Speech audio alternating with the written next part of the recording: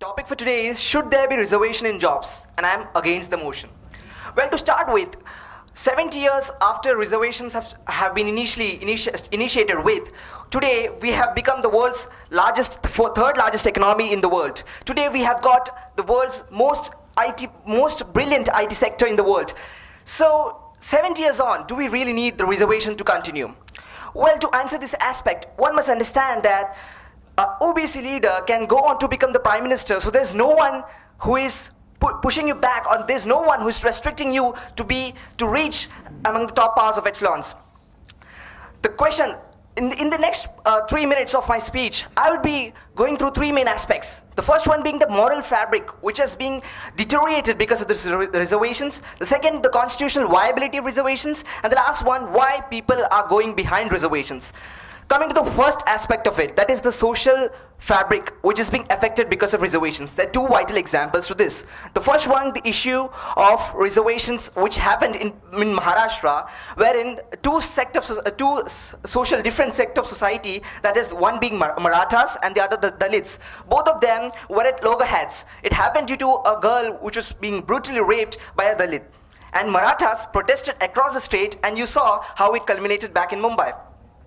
The point what Marathas raised was, we need reservations. But the question is, here, because of reservations, are creating friction among two different communities. The communities which initially couldn't live together in 1947 has found ways to live together today. But because of these reservations, the social fabric that we have created is being disturbed again. The other example of that being the elections which happened in Gujarat, where you see a 24-year-old boy who was ineligible as per his age to stand for elections. He rose on to become the leader of the state, the leader of his community, just because he spoke for reservations of his community, which is the Patel community. I'm talking about Hardik Patel. And very recently, yesterday, you saw the election results, where he created a great amount of traction within the Patel community. And because of this, what has happened is, the other OBC sector of communities, the Kolis and other Dalits and other people, they have got a certain apprehensions, because they feel that if Patels are also included in the OBC list, then our jobs would be affected. So what is happening today is, because of reservations, we are creating a situation where two set of communities are fighting each other. They're vying for that reservation spot. The second aspect, as I said earlier, is the constitutional viability. We saw the case in Rajasthan, wherein the government talked about reservations giving to the Rajput community. But the Supreme Court said that you can't give reservations above 50%.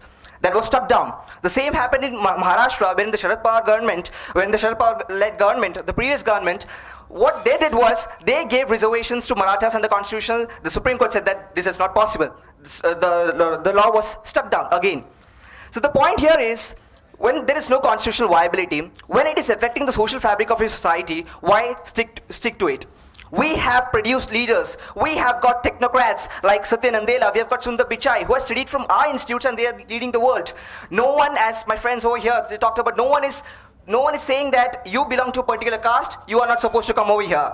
Everyone is allowed to study, everyone is allowed to go ahead and prosper in their lives. So at the end, I would like to say, deserving candidates must be given more preference than reserved candidates, because that's the way forward for our country. Thank you.